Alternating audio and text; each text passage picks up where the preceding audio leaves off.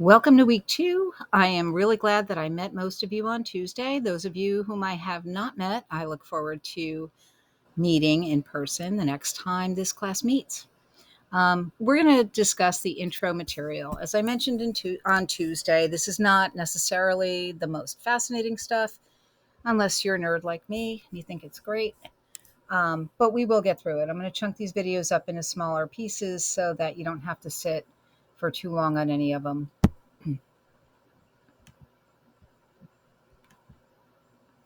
So let's start with what is genetics and what is genomics. And there is a difference. Although the terms are used interchangeably, genetics really refers more to the study of the mechanisms of inherited traits and how things are passed from one generation to the next.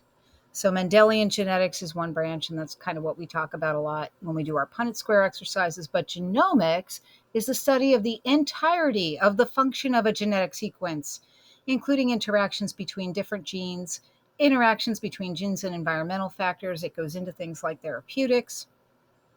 Genomics is a lot broader in scope and maybe more applicable to practice. Ooh. Excuse me 1 minute. I'm going to mute this and go back. Or not mute it and go back. Okay, we're back where we started. So why should undergraduate nursing students learn about genomics? Why is this important to you? Many diseases and factors that prevent disease have their origins in our genome, whether they are thought of as classically inherited diseases or whether they just have a familial component. Science is finding new ways to diagnose, treat, and prevent illness based on our evolving understanding of this information. And nurses are in a position to help patients understand this information and help them manage their health conditions. But a lot of us lack the knowledge to do this effectively. Most of us don't think of genetics in our everyday practice, but as medicine evolves, we're going to need to. Why else? Well, the agencies that accredit us, like the AACN, the American Association for Colleges of Nursing, identified that genomics is an area that needs to be addressed in nursing curricula in response to those other issues.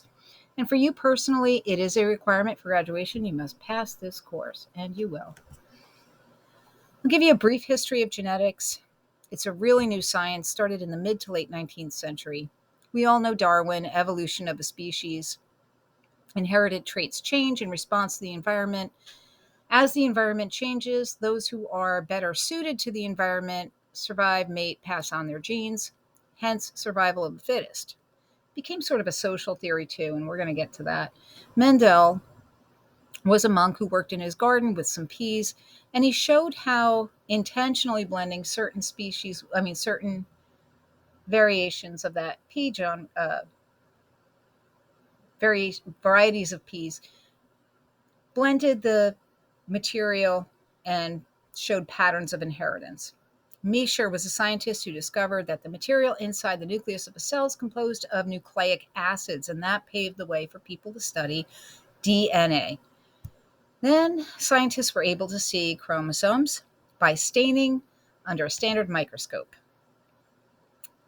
Later in the 20th century, now this is when genomics really takes off as a science. Science discovered that the material in the nucleus contains a secret code that tells our bodies what kind of cells to make, how many, and what those will look like. So it's a genetic code responsible for inheritance.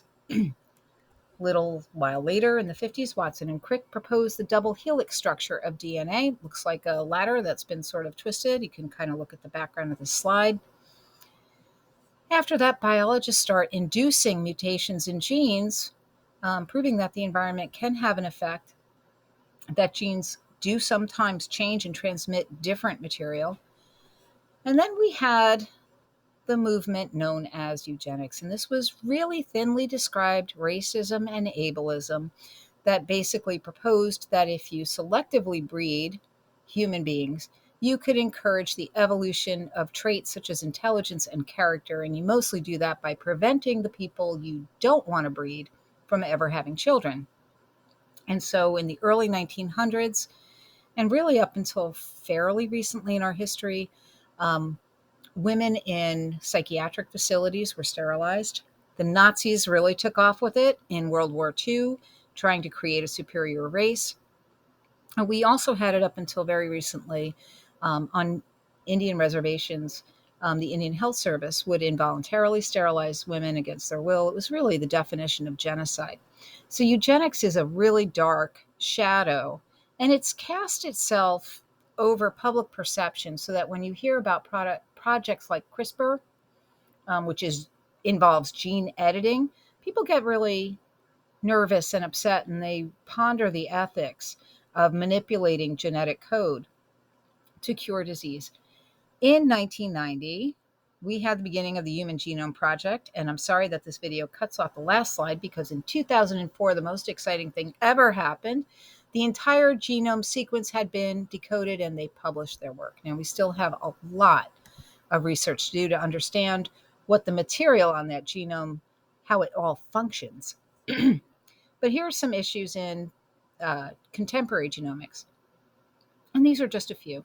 So, genetic testing has really expanded from the days um, where we could test for a single gene trait, like blood type. Maybe we could only see the phenotype of something, or we could look at a karyotype to see the number of chromosomes,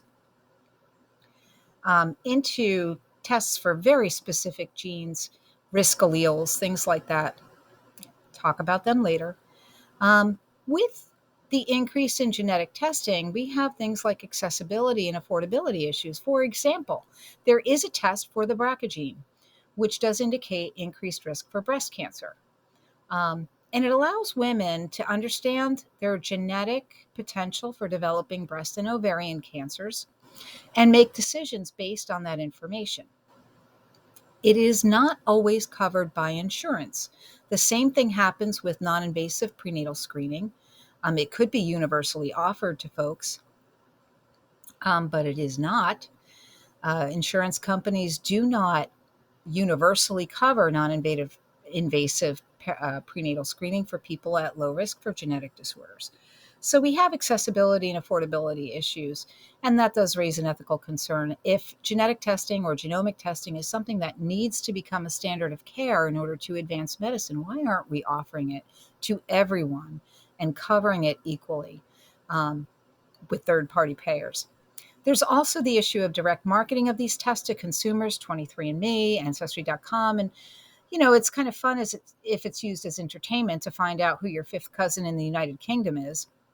Maybe not as great for detecting health disorders, although they all seem to offer a package for an extra charge to find out your risk factors for disease based on the identification of risk alleles. Well, the problem is we haven't identified all of the risk alleles.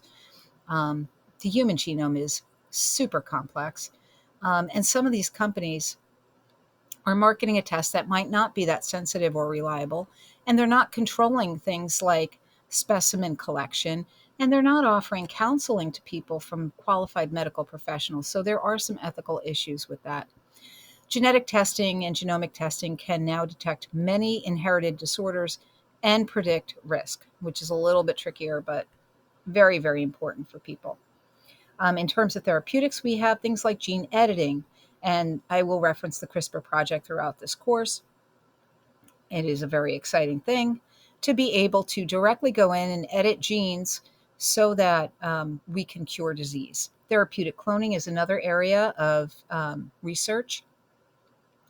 And with that, we're not really talking about reproductive cloning or making a new human being, but making new tissues or cells to replace diseased or damaged organs or tissues could be important. And lastly, and it's cut off from this slide, I am so sorry, but if you're taking notes or if you're following along on the Google slide doc, um, pharmacogenetics. And this is where I could see a lot of expansion into the standard of care. It's particularly important for medications that have serious side effects or that are maybe less effective in certain populations due to variations on the CYP450 enzyme, the gene that codes for that. There are significant individual and sometimes ethnic variations with that. And if we find drugs that are both safe and have a lower side effect profile for a given individual and effective at targeting their symptoms or their disorder, um, that could really be the cutting edge of medicine. For example, there's a company out there called Genomics that offers genetic testing or genomic testing to find medications for psychiatric patients or patients with psychiatric conditions, so that we all kind of know that there's an adherence issue with psych meds because the side effects are awful and sometimes they're not effective in relieving the symptoms that are most troublesome to people. So if we could eliminate all that trial and error and at least have a good like launch pad to start prescribing medications that are more likely to work for individuals, they'll be easier to tolerate and more effective and probably get better adherence, and we can make a difference in people's lives. All right, and that is it for intro.